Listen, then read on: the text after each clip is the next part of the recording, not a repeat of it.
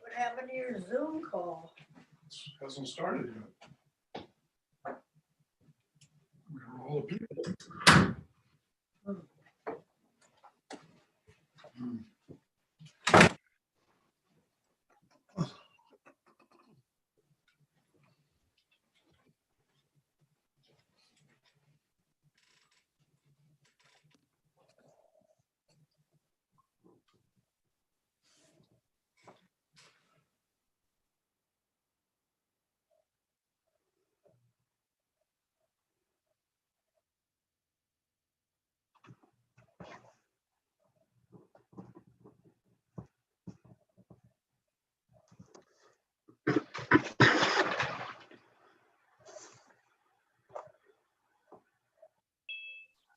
Good evening.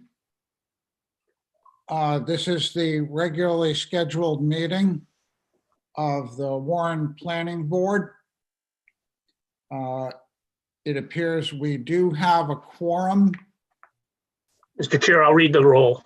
Okay, Mr. Patterson?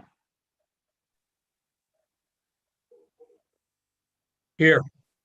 Ms. Giles? Here. Ms. Miller? Here. Mr. Massey? here, Mr. Gerhart? Here. Mr. Leffers? Here. Mr. Bobine? Here. And Mr. Dixon? Here. You have a quorum. thank you. Before we move ahead, I would like to thank Aaron Costa for his past participation as a member of the Planning Board. He has stepped down officially and submitted his resignation to the Town Council. Tonight, there is nothing in the Waterfront Overlay District Development Plan Review. Our first matter is a public hearing. It's on a major land development master plan stage, AP 21, Lot 9, 35 Schoolhouse Road. Applicant TPE RI WA1 LLC, and the owner is DJ Development. We did, as a reminder, do a site visit to this area and received information regarding the plans 2 months ago, I believe it was. So that this plan essentially reflects some of the information that we received there, and also a response to some of our concerns that were voiced at that meeting. So I would assume that Mr. Rulli, do you have anything to say before we turn it over to the applicant? Yes, I do. Thank you. I know there's quite a few members of the public that are interested in this application. I would just ask everybody in the meeting to mute yourself unless it's your turn to speak. Members of the public, the way this hearing will go is the applicant will make their presentation. They will be sharing some plans. It will be difficult to see them depending on the size of your computer screen. So I will make those plans available through a Dropbox account, which you can access from your computer tomorrow. If you're interested in seeing those documents through that application, you can send me an email and I'll send you a link to that Dropbox address. So this is the first hearing on this matter. There are 3 steps through the planning board process: master plan, preliminary, and final. After tonight's hearing, the board may make a decision that they want to combine the preliminary and final stages. That most likely would be at the January meeting. And then there also is the obligation of the applicant to go before the zoning board of review. At each of those stages, you as the public will have an opportunity to comment and share either your support or questions that you have regarding the application. So tonight, the applicant will make their presentation. Planning board members will then ask questions, and then members of the public can comment and ask questions as well. And if I can't see you and you're familiar with Zoom, you can either send me a message in the chat function, or you can use the raise your hand function, or if you have your camera on, you can just raise your hand and I'll try to recognize you. I know Mr. Cox is here, I know Ms. Carpenter is here, and I know Mr. Behan is here representing the applicants. Mr. Cox, if you would like to unmute yourself and kick off the festivities, that would be welcome. Good evening, Mr. Rulli, Mr. Chairman, members of the board. I appreciate your hearing us very much. Zoom is a very interesting venue in which to work. We have a number of people available with us this evening who will be able to answer your questions as well as questions which the public may pose. But at this point, so that the public has a knowledge as to what is being proposed, I'd like to give you some synopsis of that. Then ultimately the layout of it will be set forth by the engineers and our biologist for any questions you may have, as well as Ms. Carpenter and the engineer for TPE. So before you this evening, as you have indicated, is the application of TPE RIWA1 LLC, which is actually a wholly owned subsidiary of Turning Point Energy, a Colorado corporation that does solar developments. This is a Rhode Island community net metering proposal here on 20 acres of the 40 acres of what people commonly known as the Windmill Hill Golf Course. The application before the zoning board has a number of variances requested, but quite candidly, virtually all of them are already in existence, and we're asking to continue on them, other than those which are expressly limited to a solar limitation. For instance, there's a number of wetlands that are developed. There's a pond on the site that is developed right to its edge. We want to be able to put panels close to that pond to enhance the buffer for the residential area that's on the north side, on Schoolhouse Road side. We're asking for permission to get closer to what people commonly know as full channel. Now it's I3 broadband. They have a commercial site that has their dishes on it. We have an agreement with them that we can come close to their property line, well within the setback buffer that's required by the zoning ordinance. But in turn, we're also providing them with emergency access to their facility, which they currently don't have, and they were concerned about it. There's also a waiver relative to on-site wastewater treatment systems because we're not going to have any. The other item is dealing with scaling of certain trees. The proposed site is fully developed golf course. It is currently all grass. We will retain the grass underneath the site. The development of this is consistent with Rhode Island's community-based power source. It will generate enough electricity to power approximately 1,500 homes in the area. And people in Warren will have the ability to, in essence, tie in, and how that works and such can be explained more thoroughly by Ms. Carpenter, if that's a question people have. We made many efforts to mitigate any impacts on wetlands. We're actually staying back from wetlands that are currently developed up in the north area by the Schoolhouse Road area. We're maintaining at least the 60-foot buffer for all the residential areas, and in some instances more. The facility will bring in a substantial benefit to the community in terms of the tangible asset taxes. We calculate those to be approximately $33,000 a year, with no impact on the infrastructure of the town whatsoever that could be had if this were converted to housing development, that sort of thing. So there are an awful lot of pluses here. Environmentally, we're eliminating the golf course fertilization aspects of it. We will still, as will be explained, be planting a natural seed that pollinates in the area well, and that sort of thing. So rather than having me drone on, I think I'd rather have the people we have here on staff, on the team, and I'll introduce them, and then we will start off with the engineer. So the engineer that will be predominantly speaking is Tim Behan, Site Civil Engineering with Commonwealth Engineering Consulting. He's done a number of solar projects. He's also the Commonwealth Engineering is a very well-known and respected engineering firm in the state. There is also, from an ecological perspective, Brandon Phaneuf, a wetland biologist with Ecosystem Solutions, Inc. He will be available and speak if that is necessary. From the engineering perspective, from solar engineering, Luis Sanchez, who at Turning Point is online. And the overall project manager is Michelle Carpenter. She's online, has been identified. So I think at this point, to facilitate this moving forward, I would like to ask Mr. Behan to step forward, unmute himself, and start the explanation and share screens to the extent he can, so we can see what's going on the site. Mr. Cox, before Mr. Behan starts, I have two issues. Page 2 is missing from your application. If you could, I mean, it's really insignificant to the application in terms of what we're talking about tonight, but in both the copy that you submitted and Ms. Carpenter, that's missing. So if you could just get that to me tomorrow, please. No problem.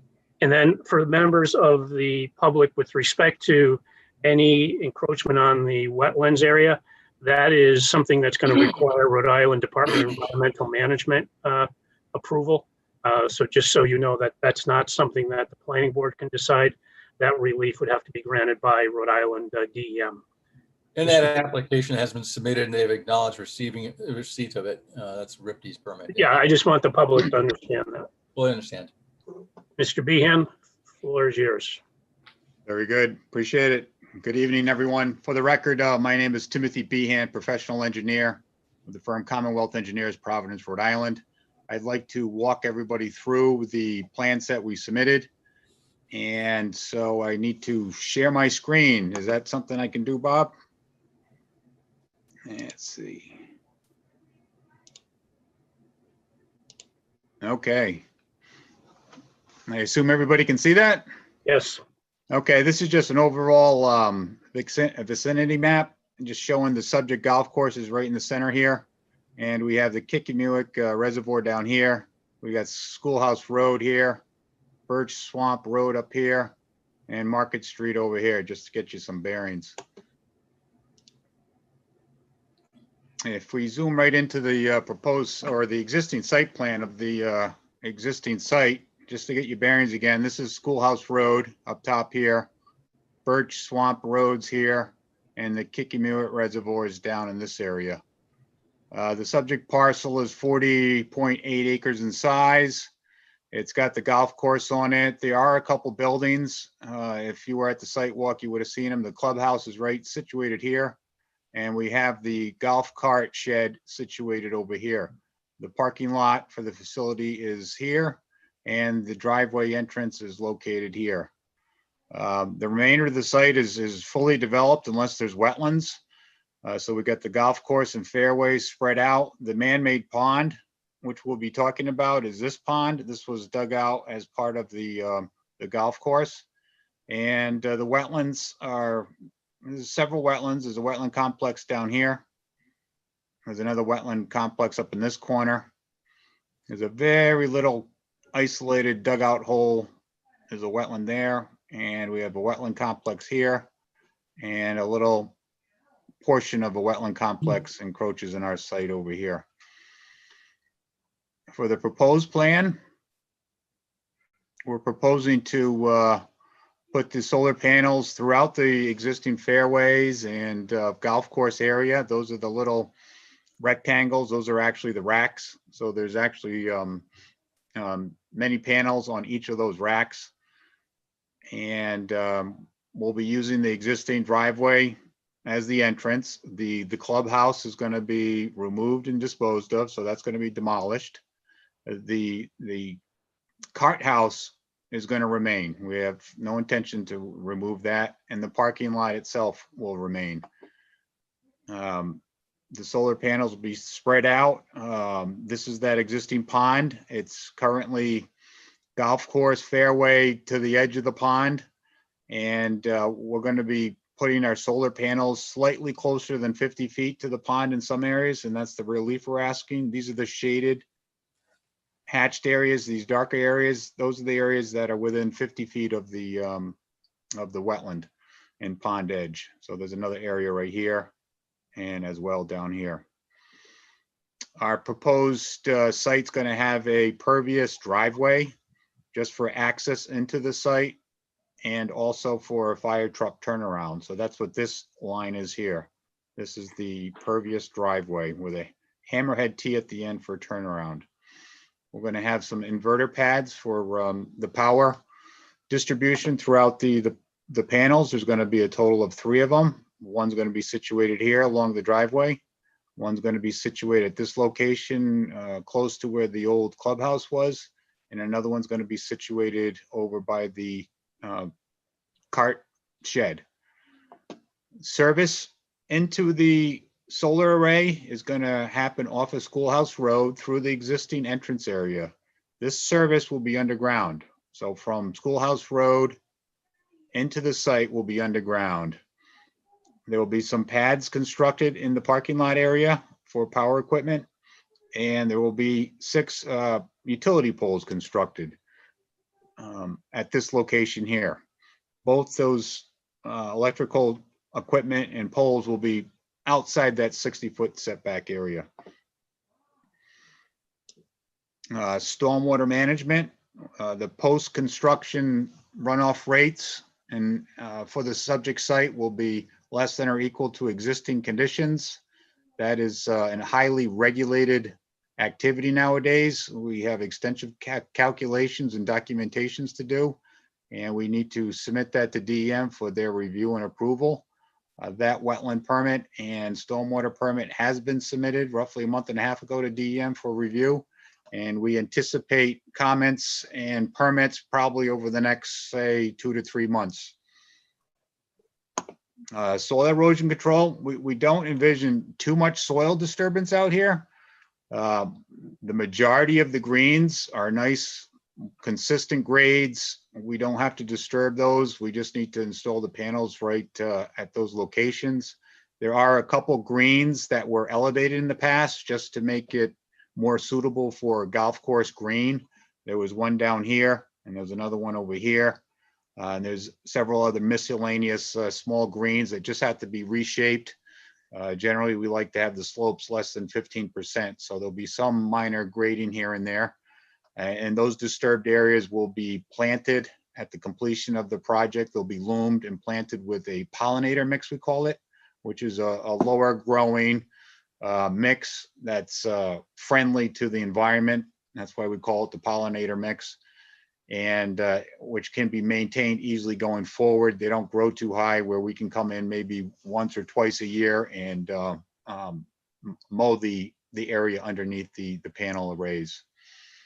We've coordinated the design with the fire marshal, several plan submissions to the fire marshal with comments. At this point, he's fine with the location of the driveway and the turnaround. He asked for a 15 to 20 foot path between the perimeter chain link fence and the solar panels, which we have provided. And We're also containing this entire facility within a 7-foot tall chain link fence minimum. There's a couple areas that don't have a 30-foot natural buffer where we have to install an 8-foot tall fence per the zoning ordinance.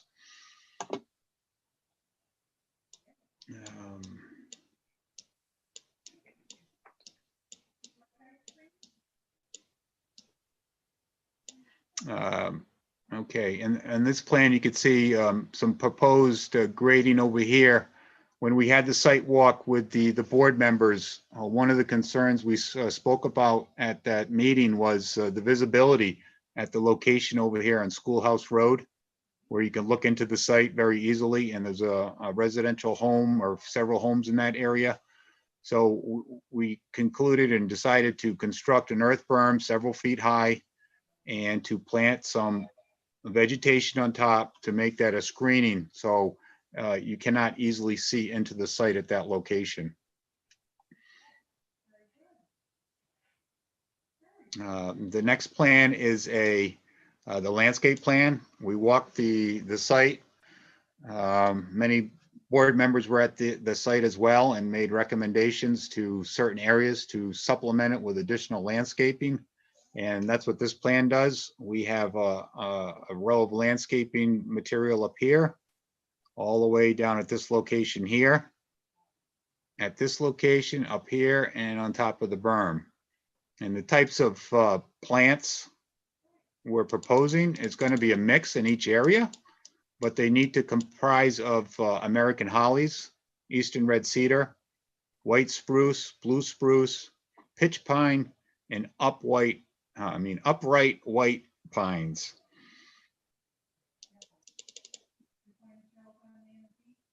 Yeah, I'd just like to zoom in also on the area, the commercial property we spoke about, where some of the panels are going to be slightly closer than the 60-foot requirement. This long narrow piece right here, that's that commercial property that has the dishes up at this location here, and we've coordinated an agreement with them to have the panels closer than the 60-foot line.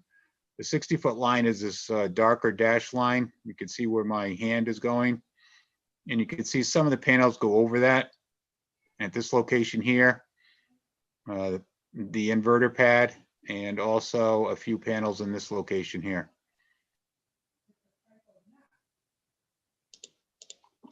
And the proposed driveway itself, as I mentioned, was a pervious driveway, and to further reduce any stormwater impacts and reduce runoff, that's going to be constructed with a surface layer of 6 inches of pervious crushed stone. And even under that, we have another layer of pervious bank run gravel.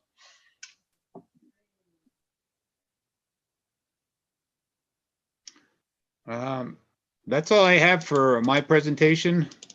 So I'd like to give it back to Mr. Cox at this time. Thank you, Mr. Bean. As you can see, it's a pretty straightforward application and almost simplistic because the site is already developed on with its grading and such by the golf course. The concern we have is that we don't that we fail to answer a question that might exist. The site is perfect for a solar development. I think at this point, I don't know if Michelle wants to address some of the other issues that we've answered or done research on and develop from a standpoint of how the buffering will work or any of the glare or any of that. That was one of the issues that was raised on the site walk. We did a thorough analysis of that. And the answer is basically there's no glare because of the angle. Or Lewis can explain that. I guess that's a more technical issue. Lewis, if you. Bruce, we had noted on the pond that we hope that aeration process would continue, the man-made pond. Mm-hmm. Well, for that, I think I'm going to bring in Brendan Fanu because he's a biologist and knows that element far better than I. And he is here. I thought I saw him come in. There we go. He's on the screen right there. If we could unmute Brendan. And Brendan, if you could explain some of the ecological issues, that'd be great. Thank you. Yeah, thank you. My name is Brandon Fanoff. I believe the question had to do with aeration of the Brandon, pond. can you just identify who you're with, please? Sorry, Ecosystem Solutions for the applicant. Thank you. On the site walk that we had a month or two ago, there's a question about potentially aerating the pond that's in the area of hole number 4. Am I correct? Correct. Right. So my opinion on that is that this is a pond. It's a man-made pond, which is imperfect. It was never meant to be. It's not a natural state. It was meant to be a golf course hazard. And by putting a aerator in there, you come up with an imperfect man-made solution for an imperfect man-made pond that is not really going to add much value ecologically. And not only that, but my experience with DEM is that they're not going to be amenable to having an aerator in there anyway. So that's my take on it. The concern obviously is the environmental integrity of the pond, because the fear was that without the aerator was in there for a purpose, which was to keep the water clear, and as such, it is served as a habitat for critters. The question is, if you take the aerator out of there, what happens to the ecology of that pond now? Essentially, I would assume it would slowly fill and become, More marshy. Marshy, right? I mean, if DEM is okay with that, I realize it's an imperfect situation all around, but the thought of clear, clean water did, from an environmental standpoint, make a certain amount of sense rather than just letting it go into stagnation. And that's the problem, because it will stagnate. Right. There's nothing feeding it. Right. DEM's fine with that. It'll turn into a lily pond, and eventually it will fill up and become more boggy, marshy. Okay, thank you. Very good. I guess I would move on to Lewis with regards to the glare study, because I know that was a specific question also brought up at the site walk. Lewis, you're here. I saw you. Yes, I'm here. Ah. Everyone can hear me. Hi, I'm Luis Sanchez. I am engineer manager here at Turning Point. I've been working in the solar industry for about 13 years now. I was asked to run some glare simulations at along 3 routes around the site, around Metacom Avenue, Route 136 and Route 103. That's how I have it noted on my report. Basically we used a glare simulation software called For Solar. And it was concluded that the solar array itself poses no glare at either of these 3 vantage points for very obvious reasons. One, all of the obstructions that provide enough buffering that don't create any glare along those paths. 2, the geometry, the line of sight that is visible to the array itself is not in the line of sight of anyone driving along these roads. And 3, the solar panels themselves are coated with anti-reflective coating, where the intent is to absorb this light and not reflect it. So that in short is a summary of the results. Thank you, Lewis. That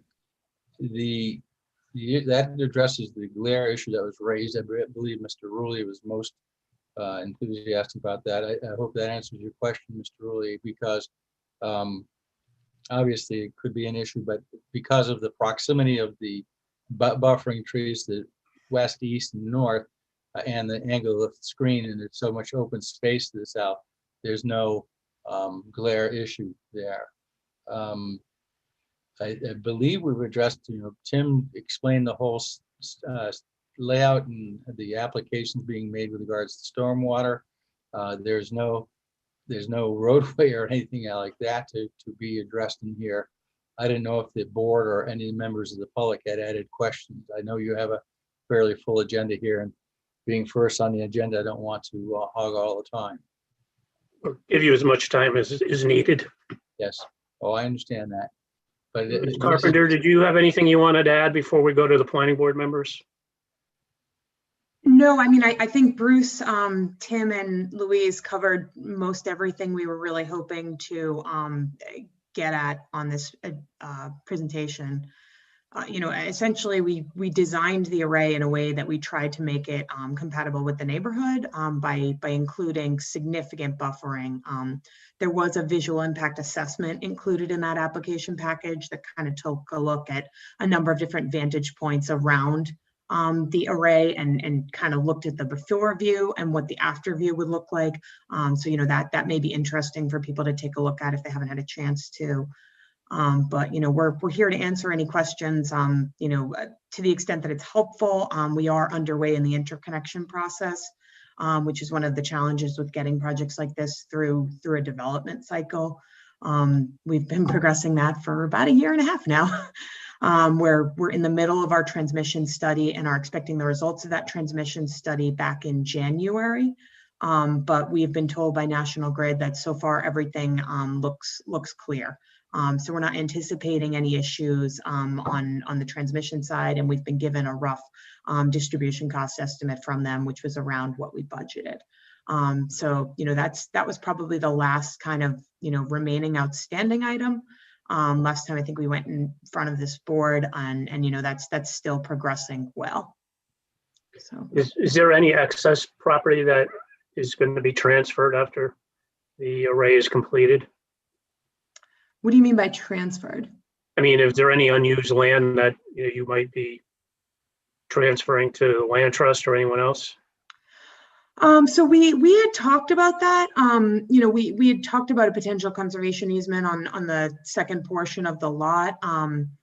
We are open to something that makes sense. I think we proposed the plan where we were going to burn it and plant trees on it. So we do want to make sure all of that remains in place. But I don't think we specifically included like a carve out because we didn't have an organization we were working with, and we didn't want to request. I believe it would have been another waiver because we would have lost a frontage point of the parcel and would have needed to basically create a substandard lot. So we don't have any use for it. We're happy to work with the town to the extent that's something that the town's interested in, but we didn't include it because it was creating a substandard lot. That's fine. I just want to be cautious, Mr. Gerhardt, if in fact there's any conversations with respect to the land trust being involved, that it might be appropriate for you to recuse yourself from any final decision on this if it gets to that point. So in general, I have no financial interest in either the land trust or the. It's not necessarily a financial interest. I'm not saying that you need to. I just want to make sure that we're transparent about it. Could you show us on the site plan what property she's talking about? Could the engineer show that? Yeah, Tim, can you pull that plan back up? Let's see. So it's essentially the portion to the north west of the parcel where we pulled panels. We were able to basically the last time this plan was in front of this board, it was at the site visit, and we had panels that went much further north in that area along Schoolhouse Road. But when we reached out to the satellite dish company, they were amendable to us going closer to their property line. So in exchange, we basically dropped panels off of that northern area to increase the buffer on that side. And it's essentially now just, it was essentially going to be, go back to its natural state. A lot of it is wetlands or wetland buffers that the golf course had a permit to maintain as a golf course. We don't intend to maintain it as a golf course, so it would likely go back to DEM jurisdiction, just to throw that out there, because a lot of it is wetland buffer. And I don't want to overcomplicate it. I just wanted to make sure that it's on the table and we're transparent. Thank you. So how big is it? How large is the property? Not a lot. If I may, Mike, see the circle on the screen there with the arrow in it? I do. That general area there up by those houses, and that's what there was talked about, was making it either open space or a walking park or something of that ilk. It's the construction, the gravel that you see there out by the road is the construction entrance, rather than using the long, thin road, but using that as a construction entrance. But once the construction is done, that will obviously be removed. There's going to be a berm installed there to decrease the visibility of the panel system from the road. Thank you. Yeah, So that's sort of that area there. Then the question becomes of what happens when the wetlands area is no longer maintained as it's done by the golf course now. Will that revegetate to something that is suitable or unsuitable for walking and such? But that's the general vicinity. I got it. Hey.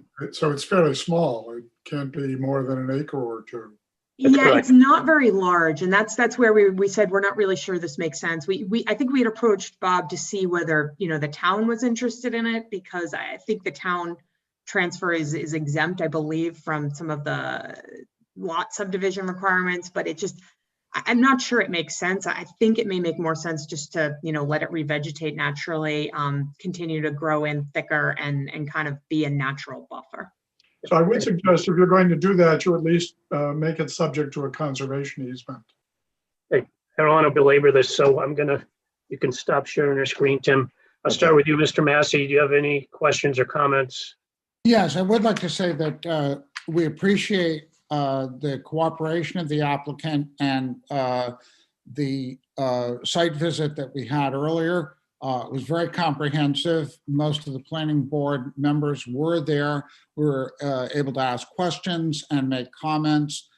Those have been incorporated or addressed. As we discussed, there was an area on the southern side where the rise was high enough that we had some concerns about the panels being visible from folks who would be further south from that. You've addressed that.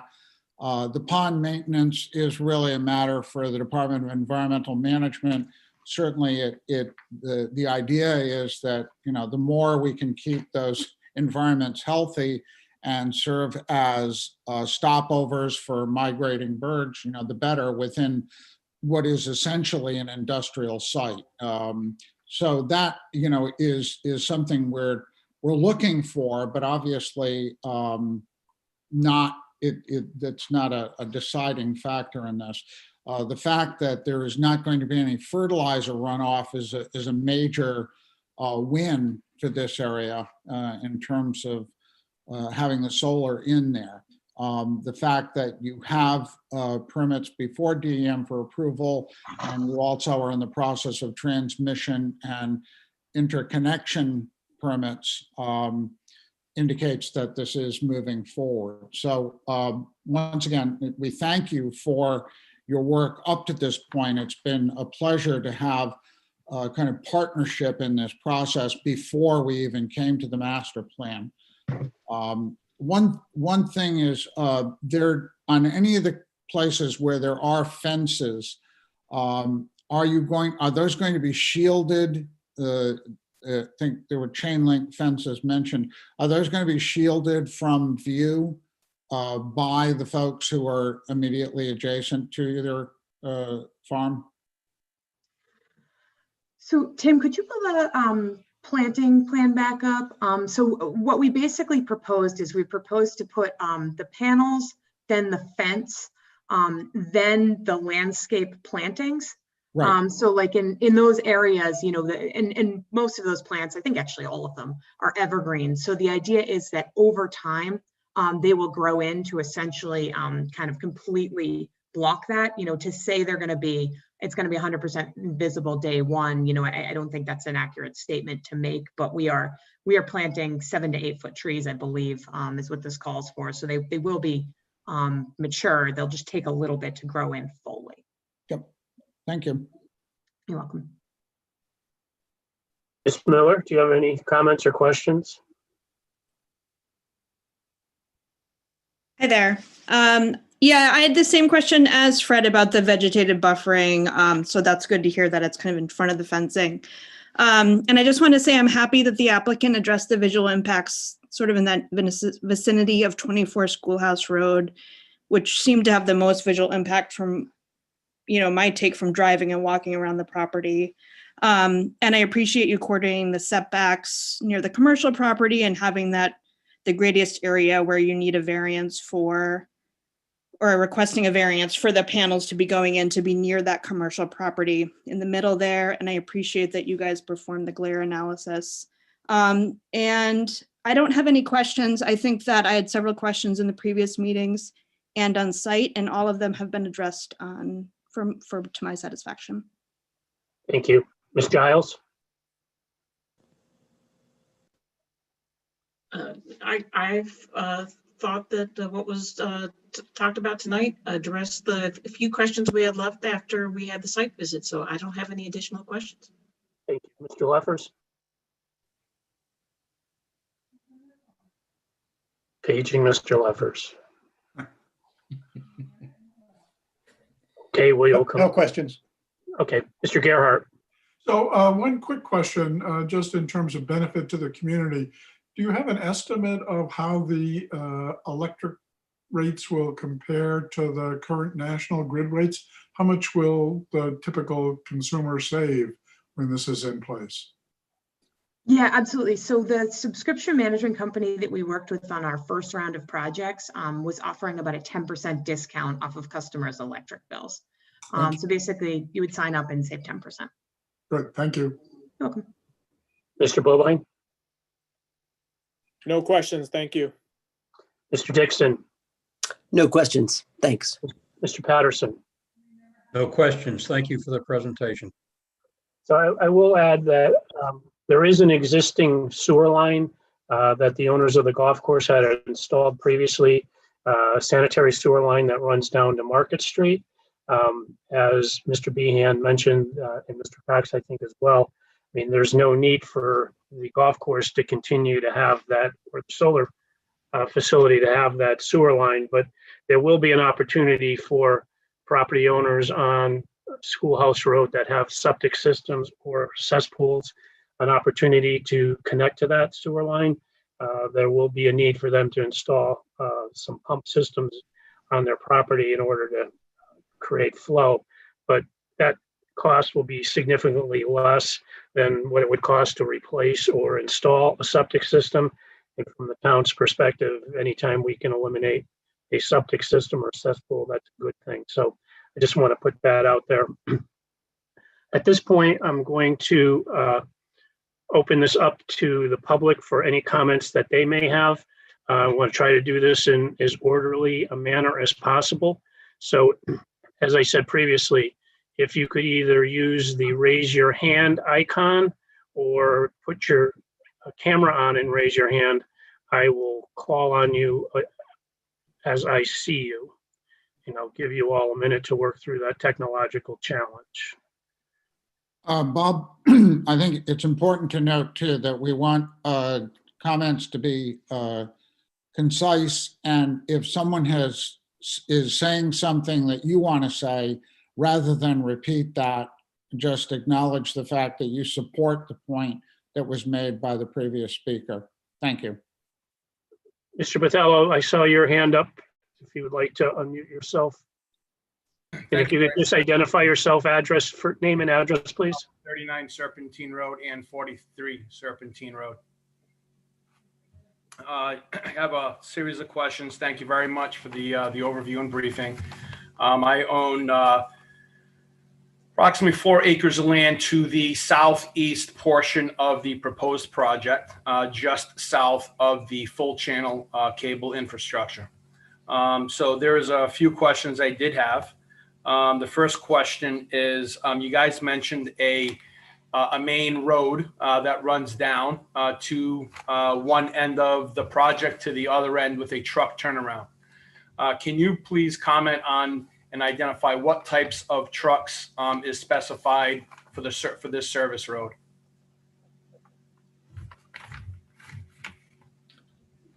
Yeah, Louise, do you want to take that one or would you like me to?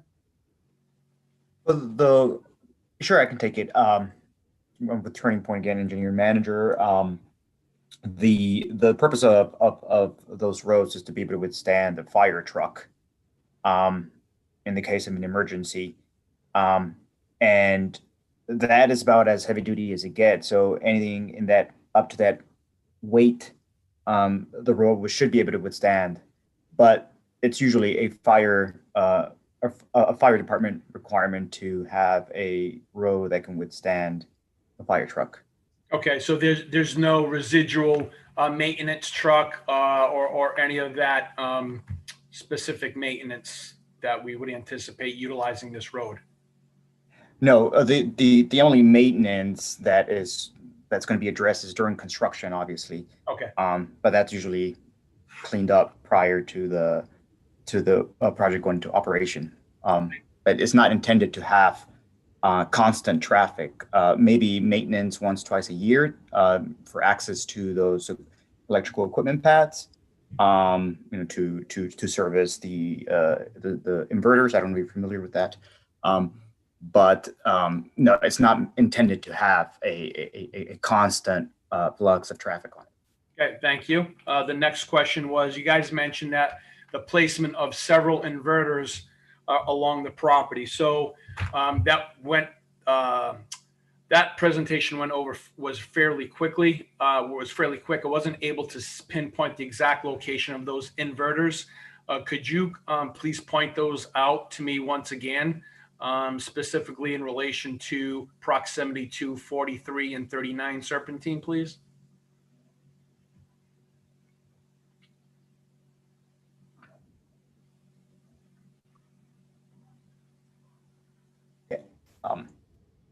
Do you want me to address this, Michelle, or? I can take this one, sorry. Yeah, so you can see, or Tim, I think you have the pointer. Yeah. So that's 39 and 43. If you could just point to where the inverters are on this. I believe this is the Butters site. Correct. That one in the one below. Okay, these two? Correct. Okay. The closest inverter pad would be this. See this black rectangle? Yep. So that's up by the commercial site there. Yep. Okay. The other inverter pad's here, which is the clubhouse area. This was the existing clubhouse. And also an inverter pad here. This is the existing cart shed area. Okay. Okay. All right. So the southernmost so there's a total of 3 inverters. Are you guys anticipating conducting a decibel reading survey in terms of noise pollution and generation there? We had not contemplated it as part of our application process.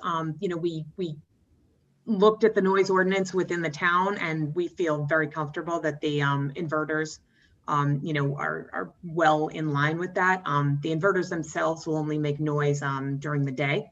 And I don't recall exactly what the dBA level was in the town, but we were well in compliance with it. So we're comfortable that we will definitely meet the town ordinance requirements around noise. Okay, so that was my next question. So you're able to program the inverter to operate within certain hours of the day, et cetera. Yeah, so the inverter itself will only operate when there's sunlight. So that makes it really easy. Yeah, the transformer will operate more than that, but the transformer, Tim, can you show where the transformer is? And the transformer is like the same transformer you would see at like a school. And you typically can't hear them. I believe, Louise, correct me if I'm wrong, it's, if you're like 10 feet away, you can't typically hear them. Right. Yeah, the transformers are going to be at the same spots as the inverter because you need to be able to convert it to a higher voltage right away. But yeah, Now- at those same 3 spots, you're going to have your transformer and your inverters. Now, what about conventional power generators for emergency? Like a generator, we Yeah. don't have any of those. You're just going to use your own banks. Yeah, I mean, if the grid's down, our system's down, unfortunately. Right. Yeah. That's something we have to comply, right, interconnection. We business can't operate on our own. From a business continuity perspective, if you guys are infrastructure and the community is reliant upon your transmission medium for that power, and the primary grid goes down, and you collect this amount of energy from the sun, you need to transmit that. You guys are not planning some type of business continuity case for that? No, so we are basically required to comply with the utilities requirements, and the utility has safety parameters in place that if their lines feeding our system are not live, we are not allowed to backfeed the grid. Because their concern is, they may have someone out there like working on the lines. So they don't want, our system basically our equipment has to shut down as soon as it senses any sort of voltage irregularity from the grid. Okay. Thank you very much for the answers on those. My other item, which is my main concern here, is the properties along Serpentine Road, including Full Channel and several others, are impacted and inundated with stormwater runoff from obviously Windmill Hill being the highest point of elevation. Unto itself, I understand that you guys are submitting or have submitted your plans to DEM. However, it's of noted concern that by unto itself, the plan may look fine today. But I wanted to highlight the fact that there is a concurrent proposal by the Bristol County Water Authority to remove both dams along Serpentine Road, which is expected to have increased hydraulic water pressure along that shoreline and potentially impact the flood abatement along the road and the properties. So being in the middle from the dams and now you guys uphill, okay, are you guys willing to collaborate to the highest extent feasible with the local municipalities, state regulatory agencies, in the best interest of the community to remediate this risk as much as possible? So I guess let me understand a little bit about like what would you mean by remediate this risk? Like what would you be looking for us to do? I'm not sure. I've heard about the issues with the dams, but I don't think I have full context for how we could help. Let me put it that way. So the main vein for water runoff from the Windmill Hill comes across the northeast part of the golf course, through the woods, across the middle portion of Full Channel, and collects at the bottom of my property at one of my culverts. That gets flooded all the time. The culverts are not one-way check valve. They're open. So the invert is completely open and now is susceptible to rising tide surge, which would introduce water from the Narragansett Bay if those two dams are open. And now the continued flow, and we don't know what impacts are going to happen with whatever work that you guys plan on doing, okay? But at the end of the day, just like the Bristol County Water Authority and the Department of Transportation collaborated collectively to remediate and raise the grade and insert larger culverts over on the Schoolhouse Road Bridge, there's I believe an opportunity to ensure that the appropriate infrastructure is spec'd out to ensure that whatever we can do, this is the time to do it. And I know I just want to jump in here. I mean, Bristol County Water, and I shared this legislation with you, is completely immune to any local jurisdiction or any kind of land use or zoning regulations. So all we can do is ask the applicant to submit the application to DEM that meets their requirements. I mean, there's no opportunity for us to obligate the applicant to maybe work with Bristol County Water, because there's no guarantee Bristol County Water would work with them. I mean, your concern is noted, but I don't think that that's an obligation that the town or the planning board put onto this applicant if they meet all the other requirements and DEM is satisfied with the permit application that they've submitted. If I may as well interject here, and Brandon, I think you might be the person to answer this.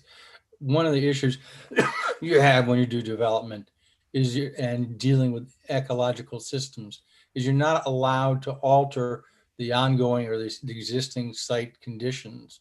So if I'm understanding you, Mr. Batella, what you're proposing or asking is, can we alter somehow the water runoff up on the northeast corner there by where we have extensive wetlands that is over by the cart path, to the east of the cart path, such that in the event that the dams are removed and there is a hydrological change, a tidal change, if you will, our water will be going someplace else. I'm not sure we're allowed to do that. Brendan, with regards to the requirements of DEM and such, are we allowed to because that's in essence altering a wetlands? Right. So Brandon Fanoff again, Ecosystem Solutions. Well, rule is that all water that is currently on site cannot leave the site. There can be no net runoff, and that's something that's something more up Tim Behan's alley to explain from an engineering, stormwater perspective. But wetlands, it's not that you're not allowed to alter wetlands, but DEM has a impact avoidance and minimization requirement it's a very strong requirement where you are first required to avoid impacts if at all possible. And if you can adequately prove to DEM that you have no other choice but to alter the wetland, you have to, first of all, justify it, and then second of all, minimize those impacts. Okay, so thank you very much. And just let me clarify a couple of things. So first, to respond to Bob Bruley's comment on the immunization, the exception of the Bristol County Water Authority for them not requiring any permitting. So by the very nature of their proposed scope of work, which is the removal of the two dams, is because the water that they are servicing, i.e. the Kickapoo Reservoir, is not potable water supply and is by the definition of a public utility company. That's the reason why they want to get rid of the two dams. So therefore they are forfeiting their protections and powers by the definition of their scope of work. The second aspect of the inquiry is that I'm not asking the solar company to save the world. All I'm asking for here is the opportunity, okay, if one does present itself with the municipality to collaborate and identify the baseline risks. So number one, DEM is utilizing the existing water state along the road as it is today, not what it's going to be in a year or two from now if and when those dams are removed. So therefore, the baseline evaluations that they are looking to approve this project for the solar company would not be reflective of what they may be in 24 months time. So is that an opportunity to remediate and reduce risk for the community from a flooding hazard, which will be also impacted for emergency evacuations, etc., by if you're looking at the current flood maps today? So I just want to respond to your comment. Whether or not it's potable water supply or not, the way that Bristol County Water Authority is organized in the enabling legislation, that's why they're doing all of this now. I mean, what might happen after the dam is removed is after the fact. The existing legislation prevents us from asking them for any kind of permit or subject them to any kind of land use. I mean, that's just the nature of the beast. It's unfortunate. We all know what the end game is, but it's not a legal opinion. It's very clear in the enabling legislation that I provided to you that they are exempt. It's not an interpretation, it's not an opinion. The way that the law exists now, they are exempt. Whether they're using that as a potable water source or not, they are exempt. So if you don't have anything else, Mr. Patel, I mean, we've got it on record what your concerns are. I think that the applicant understands what your concerns are. The planning board understands what your concerns are, and we'll take all of that into consideration. We're by no means dismissing it, but I don't want to get into a legal argument as to what Bristol County Water is or isn't. Right now, under current legislation, they are exempt.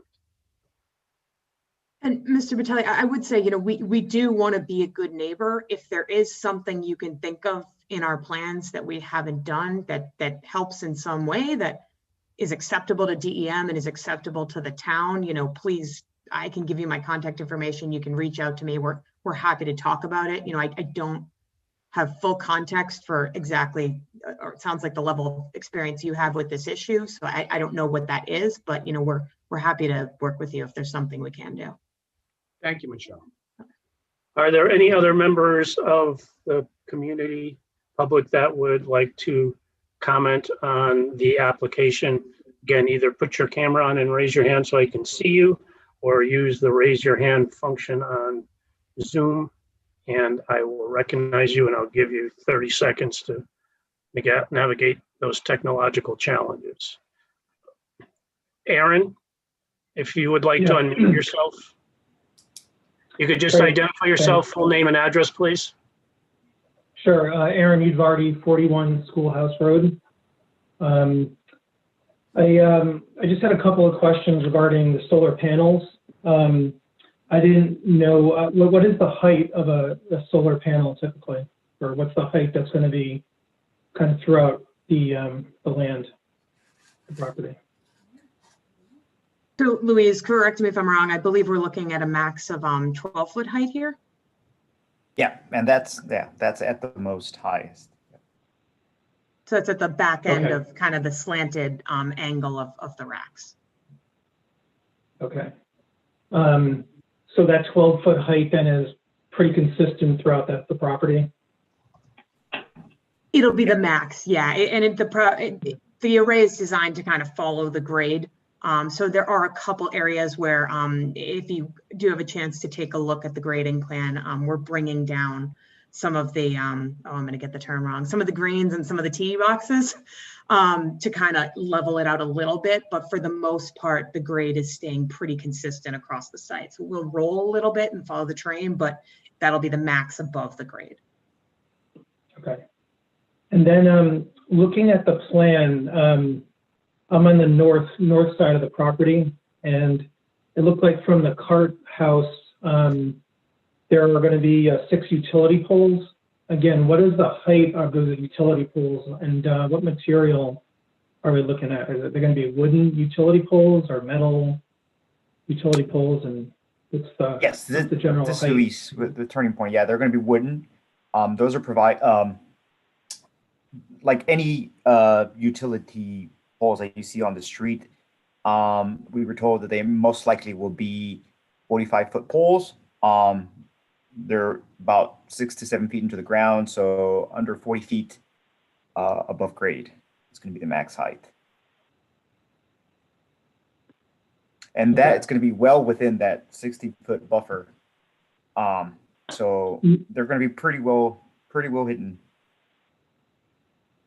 Yeah, well, I mean, per the plan, it looks like the evergreens that you're planting along that north property line end at a certain point.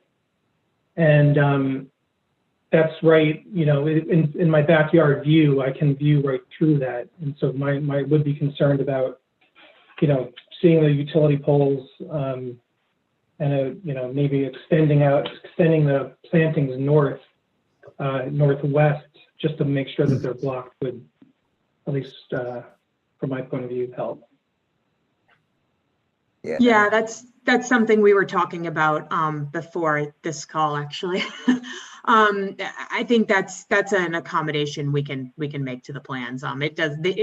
You know, when we did design the buffering planting, we were really looking at the areas where the existing vegetation was really not very thick. that area was a little thicker, so we didn't put anything there, but we are putting the utility poles there. So I think it does make sense for us to do some planting there. If I understand you correctly, Michelle, if the planning board was to move forward with an approval, an additional condition in terms of what the screening for those poles are, you're not objecting to that? Yeah, I mean, we would propose to kind of extend the buffering plan that we've put together along and to the north of those utility poles, essentially. So we're not going to be able to get 40-foot trees tomorrow, but No, right, exactly. but we're happy to kind of continue and extend that planting. If you could have that proposed for us before the next meeting, so the public has an opportunity to see what that looks like, that would be appreciated. Yeah, we can do that. Anything else, Okay, Aaron? and then, yeah, I just had one more comment based on the plans. It looked like the on the southeastern property edge that really backs up to some of the farmland back there that is viewable from Market Street and 136, right where an intersection is. There wasn't any buffer zone plantings there as well. And again, coming from the town down Market Street, looking out, adding some additional buffer on that southeastern edge, I think would be helpful. Unless I didn't send that, Tim, if I recall correctly. Did that? I don't know if you can pull the plan up at this on the south. Yeah, I thought we did plant there, Michelle. Yeah, let's just Yeah, take a keep look going now. down. Yeah, right. Oh, yeah. Yeah. Okay. So, Tim, correct me if I'm wrong, but we basically have these up almost to the edge of the wetland buffer, correct? Where is the wetland buffer in this? There's a wetland flag here, here, here, here. This is the actual wetland. Okay. Yeah. So it actually comes up the property line as well. I think he was referring to the elevated green, that area that opens up to Kennecott and Market Street, that vista there. Yeah, so that's the grade that we're lowering. If you look Now where Tim is, I don't think where Tim is now, I think a little bit farther to the. Yeah, can you zoom out a little bit? Oh, that's right. Yep.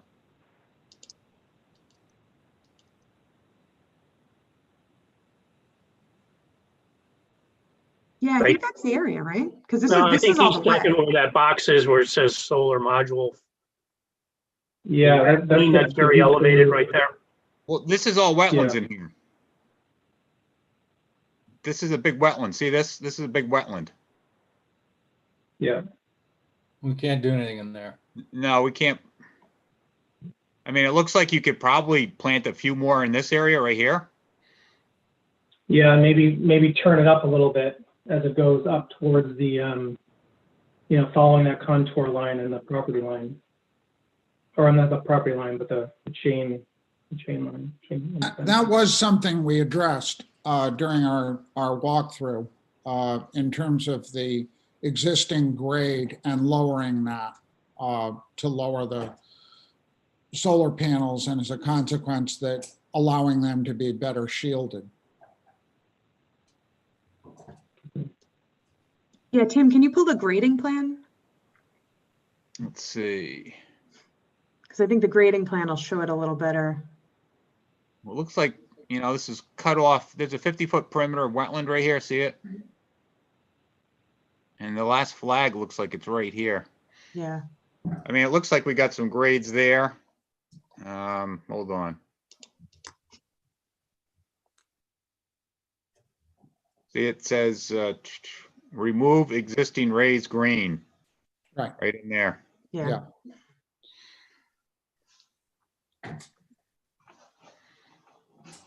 Okay.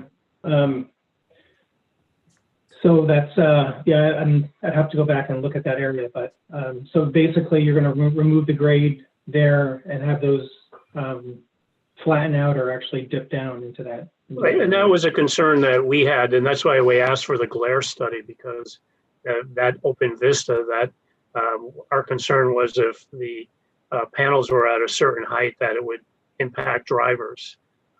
And I think that by lowering the grade, they're addressing that, but you know, we can certainly come back and look at that again when we have the preliminary application hearing. Okay. And then I just want to echo too, the chain link fence that's being proposed, that again, that's buffered ideally from the street side or the public side. So we're not looking at a chain link fence all the time. Yeah, that would be the same as along the rest of the property line. Okay, great. Thanks. That's all I've got. You're welcome. Does anyone else from the public have any comments or questions that they would like to raise? I am not seeing any. Are there? Bob, I have one more question. Go ahead, Mr. Patel. So the, regarding the, you guys mentioned that that service truck was primarily used for the fire trucks, et cetera. What is your plan for fire suppression? Are you anticipating having fire hydrants throughout the property for fire? No, there's no additional fire suppression hydrants or anything like that proposed. So you're just going to be running off the one hydrant off of Schoolhouse? Correct, and they're tanker trucks, correct. And I just add that, you know, we have an approved commercial solar project that just went online at Black Horse Farm. So we've had some education in terms of the fire department and the fire marshal being part of the conversation in terms of access in fire suppression and fire protection. And, you know, Tawisset has more challenges with respect to water than even this area does. So that is not a concern that the fire marshal or the fire chief had. Having no more questions, at this point, we're looking at approving the master plan with the conditions that have been recommended, the extension of the buffering, and with that in mind, I guess that would be the first part of our action on the part of the planning board. The second, as a separate item, would be to combine preliminary and final at our next meeting. Mr. Massey, I want to yield to the solicitor for a moment. Sure. Mr. Chair, correct. So tonight what we're looking for, if the board is apt to approve this, it's a conditional approval with the following conditions. That's how it should be, the motion should be made. In addition, step 2 would be a recommendation to the zoning board for a special use permit and variances as requested, as spoken about by Mr. Cox. We're not there yet. They still have to come back for the preliminary consideration, and we can, before we can go to zoning, it's got to be preliminary and then final, correct? Then it can go to zoning? It depends on what the board apts to do. Normally, you look at the master plan and the preliminary plan are combined if the board finds that all the requirements are met. However, the board, and Bob, you said this in the beginning, you're apt to master plan approval and then combine the last two together. So it would be a conditional approval after this to go to the zoning board. There's got to be a layout. It's got to be conditional. It's got to then come back to this board for final approval. Okay. So as I would understand it to be, Mr. Solicitor, is that we are now looking at a master plan approval conditioned upon certain elements that we made representations to tonight. Then a special use permit issuing from the zoning board, then coming back as a final and rather a preliminary and final, or are we going to do preliminary and final, then go to the zoning board? We got to have the zoning board in there, I believe, between. Correct. I think that's what the solicitor. It has to be done prior to the final, yes. And it can be done prior to the preliminary, correct? Because we've given you virtually all the engineering required for preliminary. And that's what I would suggest, is that conditional approval of the master plan, go to zoning, and then combine the preliminary and final plan. Correct. You can do it that way. It certainly has to be conditional. He's got to go to the zoning board for that special use permit and the variance before final, yes. Okay. The conditions, before we move to that, were the acceptance of transmission, interconnection, all DEM approvals. Those were the three large ones that we talked about. And then in addition, an extension of buffering and shielding. Is there anything else that we were talking about that would be conditions of acceptance?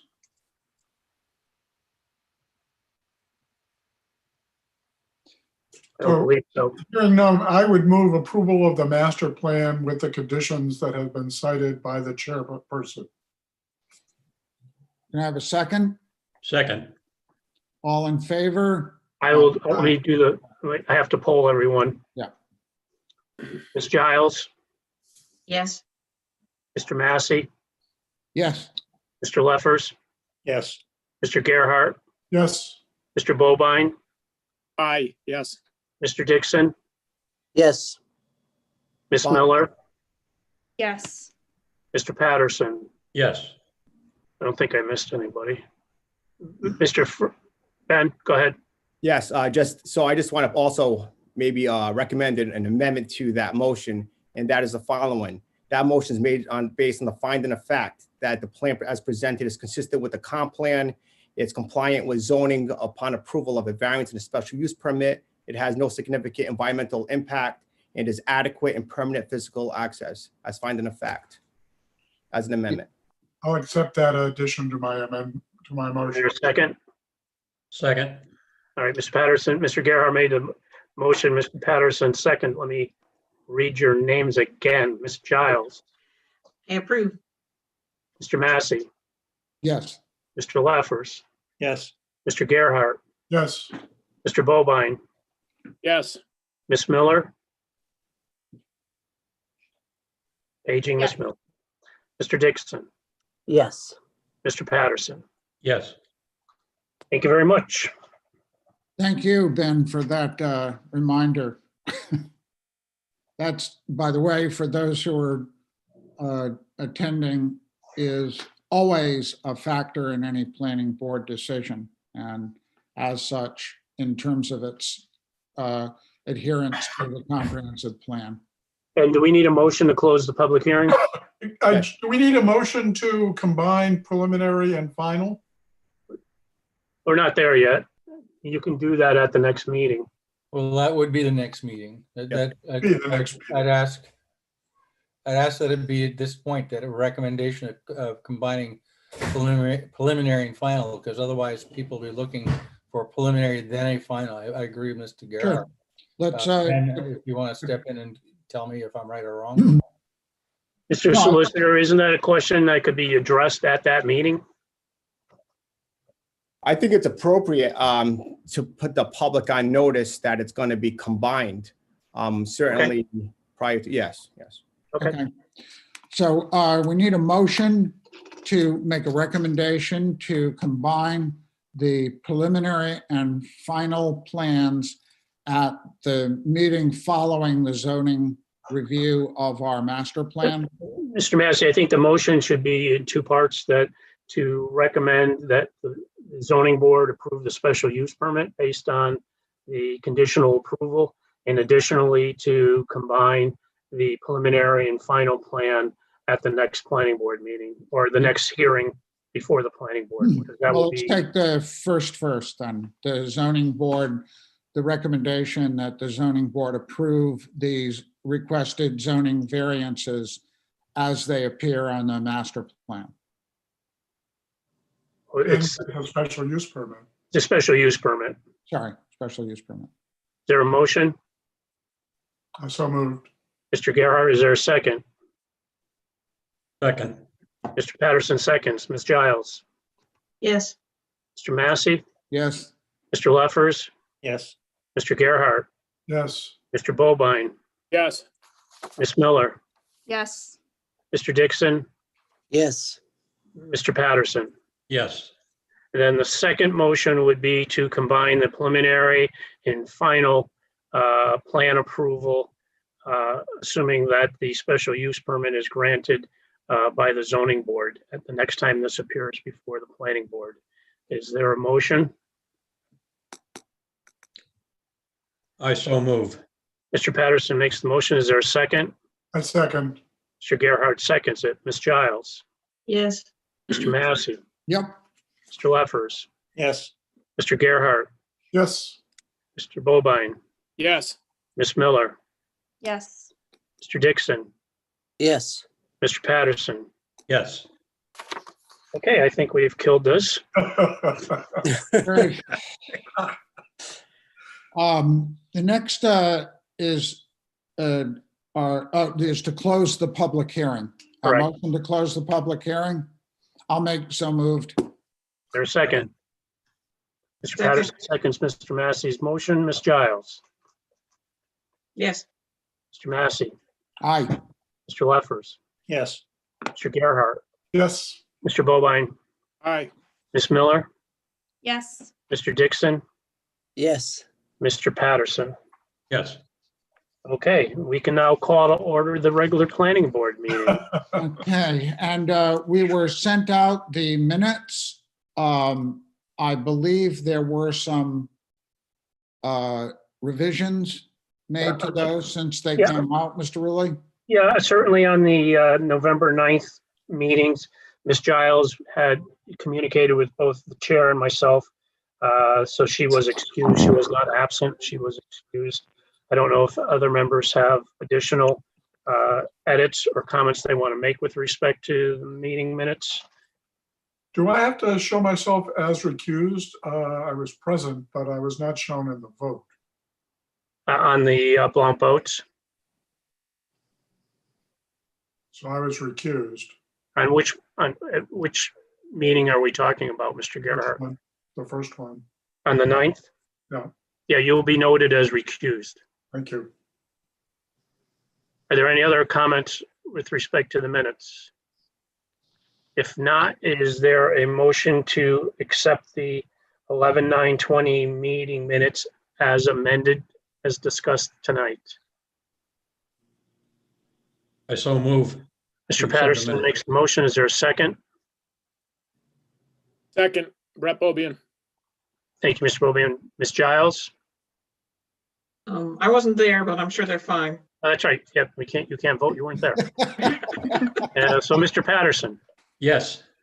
Mr. Massey, Yes. Mr. Bobine, Aye. Mr. Leffers, Yes. Mr. Dixon. Yes. Ms. Miller, were you at that meeting? That was the meeting I was at, so yes. Yes, okay. Moving on to the 11/23 meeting. Ms. Miller, you were not there, correct? Correct. Any other comments with respect to those meeting minutes? Hearing none, is there a motion to approve? I move approval of the minutes. Mr. Gerhart makes a motion. Is there a second? Second. Mr. Patterson seconds. Ms. Giles, Yes. Mr. Gerhart, Yes. Mr. Patterson, Yes. Mr. Massey, Yes. Mr. Dixon, Yes. Mr. Leffers, Yes. and Mr. Bobine. Aye. Thank you. Moving along. We need a motion for the comprehensive permit application for the Settlers Green application. Is there a motion to continue this to the January meeting? I make a motion to continue till January. A new station alert has arrived. Oh, good. Ms. Miller has made the motion to continue it. Is there a second? Second. Ms. Giles seconds it. Mr. Gerhart, Yes. Mr. Leffers, Yes. Mr. Dixon, Yes. Ms. Giles, Yes. Mr. Massey, Yes. Mr. Patterson, Yes. Mr. Bobine, Aye. Ms. Miller. Yes. Okay. Moving along under new business. Preliminary Quick question, development. Bob, will the flow study be done by that time to your satisfaction? In all honesty, it's more than just, I don't believe the flow study will be done, but there are other concerns and information that's lacking. Okay. But I don't want to get too deep into that right now. Okay. Under new business, preliminary development review, assessors plat number 1 and 2, lots 1, 2, 4, 10, and 19, 91 Main Street, owner applicant Tourister Mill LLC. I know Mr. McCoy is here and Mr. Lewis is here representing Brady Sullivan. I did communicate with Mr. McCoy today and asked him to have a little bit of better detail with respect to the plan that he had shown in terms of orientation of the units that were going to be converted from commercial to residential space. And I believe either he or Mr. Lewis will be able to do that. So Mr. McCoy, the floor is yours, or Mr. Lewis. Good evening, Mr. Rulli. I'm not sure if you can see me because I can't see myself, although I can hear you. We can hear you, but we can't see you. Yeah, I've started the video, but for some reason I have not had this problem before with this board. It is not showing me. So I will continue to speak because I know You're still a handsome man, Mr. McCoy. So no I'm worries. sure I think this board has seen me enough over the last few years anyway, with Mr. Rulli. In fact, I was just looking at the minutes and was just before this board on February 24th of this year, which, given everything that's happened, I think probably to all of us seems like a lifetime ago, but be that as it may. So I will continue as best I can on audio. Yeah, you do have plans that were in the packet. I know they were small, but what's happening here, and I'll let Mr. Lewis elaborate, is these are 7 residential units that Tourister Mill is looking to convert to from the remaining commercial space in phase 1. And this is an historic mill building. So 6 of these units are on the north side of the existing historic mill building on the first floor by the North Main Street entrance. The 7th unit is on the southwesterly corner. Chris, did I describe that accurately? Yes, yeah. And Bob, if it's possible, I could share my screen. Yeah, absolutely. It might help too. Yeah, you'd rather look at the screen than me anyway, so. Thanks, Chris.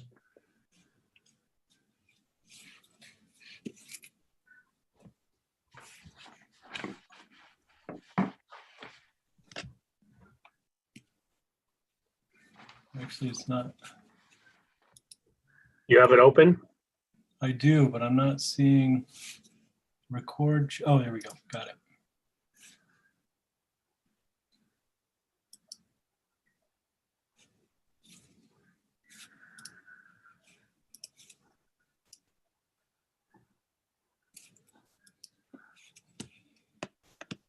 Can you see both images, or do you just see one image? We see the 99 Main Street. Okay, from the Google Maps aerial, right? Yeah. Okay. So this is Chris Lewis with Brady Sullivan. The 5 units described would occur here. If you can see my cursor. Yes, we can. There's 5 2-bedroom, 1-bath units proposed in this location. And then down in ground floor facing Main Street? Correct, yes. And then on the same floor across the hall, essentially, there's a 1-bedroom unit proposed in this location along the window line. And then the other unit is down what used to be the boiler house in this location here on the southern part of the site. Just so you know, you're off the screen. Yeah, we lost your cursor. Sorry. I'll move this up. There you go. Final one is in this location here. And where were we had approved last February, the residential units in previously commercial areas. And I believe they were down near that boiler room area. Yeah, so I'm going to switch images here. And hopefully you can see this. Yes, and the color helps. Yeah. Okay. So so the green is the existing commercial space up on the north part, but also along the center of the building. The lighter blue is the existing residential. So this sort of centerpiece here that you see my cursor on, that's the bulk of the units that you approved earlier. The other piece is down in this location, the southeastern side. So the new proposed is the purple, what you see here, and then in the 2 northerly locations. And is this similar to the previous where you have to get those up to a certain elevation? Yes, yeah, exactly. That's correct. And again, So Chris, it's- this is all interior work again, correct? Yes, yeah, 100%. And just to keep in mind, and I know the zoning board will be interested in this as well, so I mentioned here with respect to parking, as before in February, converting from commercial to residential decreases the required parking. So where we are now from the change in February, we've got 749 required spaces. This proposed change would drop it to 724 required spaces. We have 733. So we've reduced the requirement and we're below what's required, even notwithstanding the variance that was already granted by the zoning board in 2014.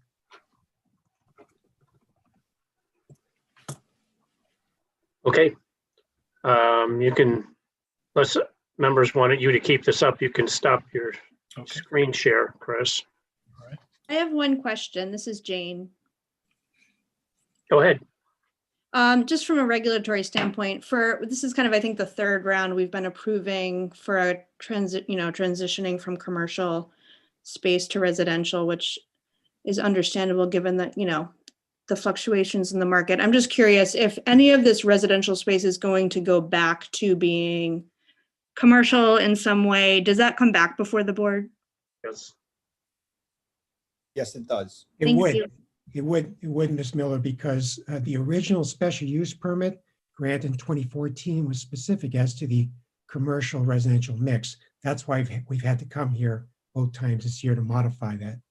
Okay, thank you. Sure. I had a question. I was involved in the original approval of Tourister way back in the midst of time. I've noted that there are now 2 commercial signs on the northeastern corner of the main Tourister building affixed to the brickwork. I didn't believe that we had approved any kind of signage other than the Tourister sign on the top and the general commercial billboard type sign on the building. So I was surprised to see those signs. And given the fact that you are now making or requesting a significant amount of that commercial area to become residential, those signs I find a little problematic. Did you get permission to put those signs up on the brickwork? I was not involved. Yeah, I was not involved with that, Mr. Massey. Yeah, I'm afraid I wasn't either, but it is something that I could reach out to the sign vendor that we used for those. I mean, typically they do go and get approval to do that, but I'm not 100% sure in this case. But I mean, I'm concerned about it because there conceivably could be any number of signs going up on the outside of the building. And when we were approving this, I think we were looking not only at the type of building, but also at the aesthetics of the building. So the fact, I don't know if you've gone before the zoning board on this. I mean, I find it disappointing, frankly, that it is becoming much more commercial looking than residential. And the concept was, let's keep a nice mix here, have a board where there are commercial signs. In fact, the last time you were before us, there was a sandwich board out, which was removed, and I appreciate that. But you've been great neighbors, and this project is terrific, but details count. And that's duly noted, Mr. Massey, as we did note your comments on the A signs. We have been before the zoning board on the overall signs for the project, and they're very particular about what they want for signage. As Chris said, I have not been involved. I did actually notice those 2 signs recently when I was driving by. I have not been involved with tenant signs on that side of the building. So I can't speak to that at this point, but obviously the board and the town have requirements for signage, which would have to be met. Yeah, but on a mixed building like this, to me, I'm not quite sure how that's being handled, but it certainly wasn't the intent when we were going through here to have a building that is primarily residential turned into commercial, so visibly. Understood. Are there any other, Mr. Gerhart, your hand is up. Yeah, I wasn't here for the February meeting, so you'll have to excuse my ignorance on it.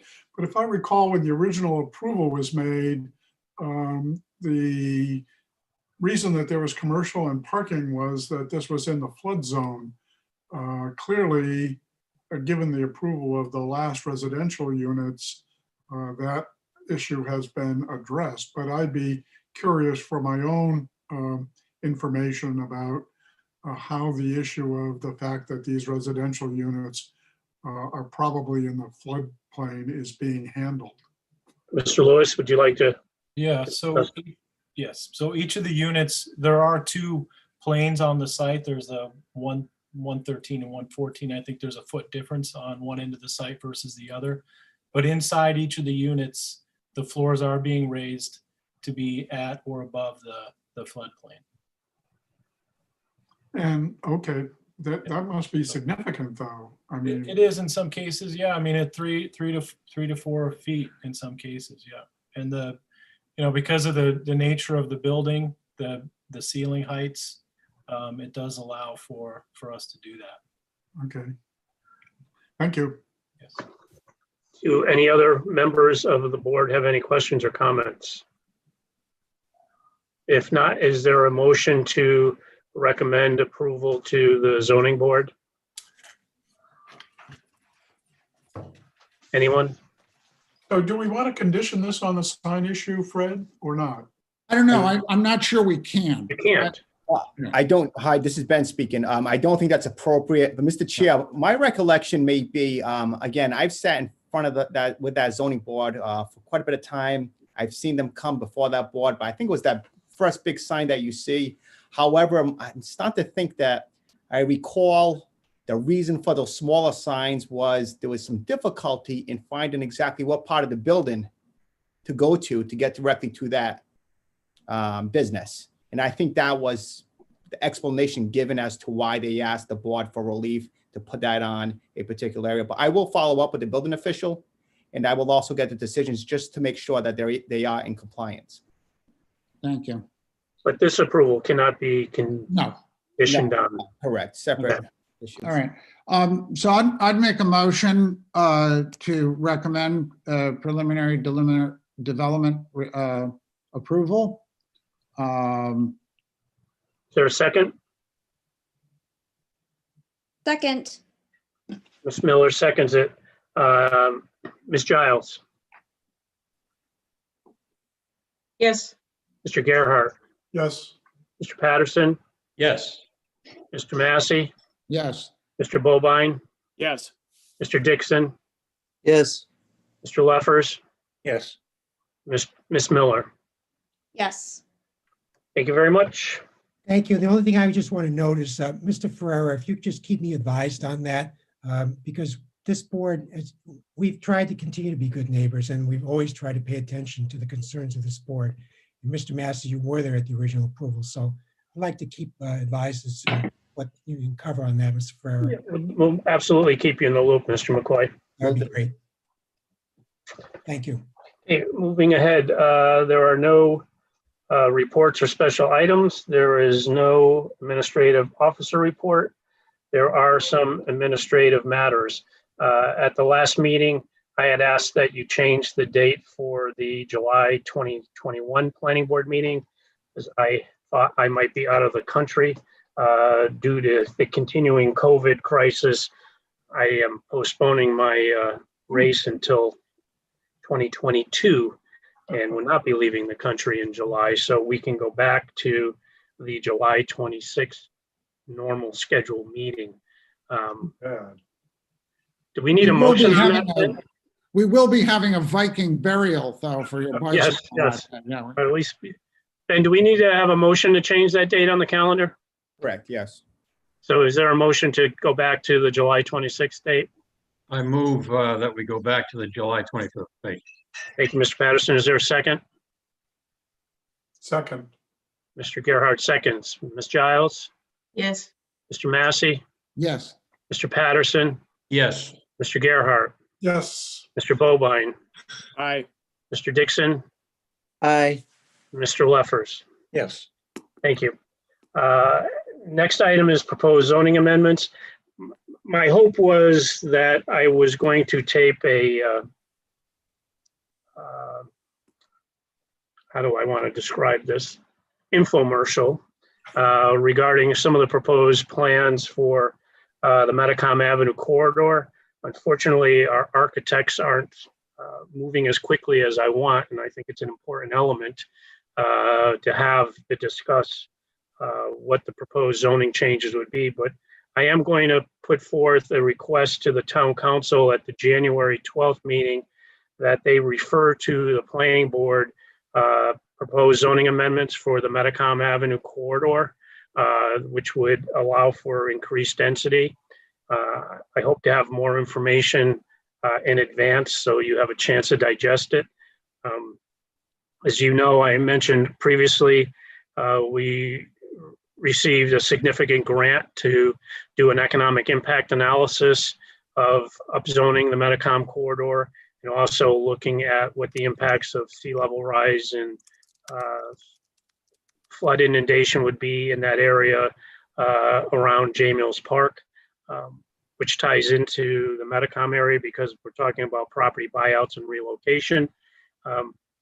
So there's some significant mapping that I've had done over the last 3 months with a grad student from URI, and we've been working with the Coastal Institute at URI. So I will have all that information out to you probably in the second week of January. But just heads up, there will be a recommendation or referral from the council for you to consider a zone change. And we'll discuss that obviously in greater detail at the January meeting. Additionally, at the January meeting, we received at the end of last week a comprehensive permit application for the project at St. Jean the Baptist Church that came before you previously. We will have a technical review committee meeting prior to the January planning board meeting, but that will also be a public hearing for that project. That project is much more in line with what our hopes are for creating affordable housing than the Settlers Green project.